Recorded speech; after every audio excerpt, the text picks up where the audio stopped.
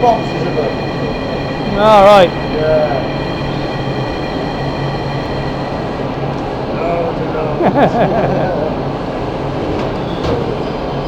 So you're not impressed by their welding then? Well, the Americans, Yeah. when they MIG weld, they travel backwards. That's not allowed in Europe. Their arc welding looks like pigeon shit. And they walk the cut when they TIG weld. When they TIG weld in flanges, which is not allowed in Europe. The Malaysians do it and the Americans do it. Yeah. But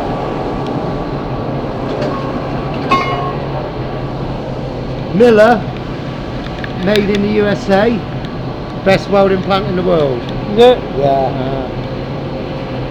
Well, I think they're made in Malaysia now. Probably everything is. Yeah.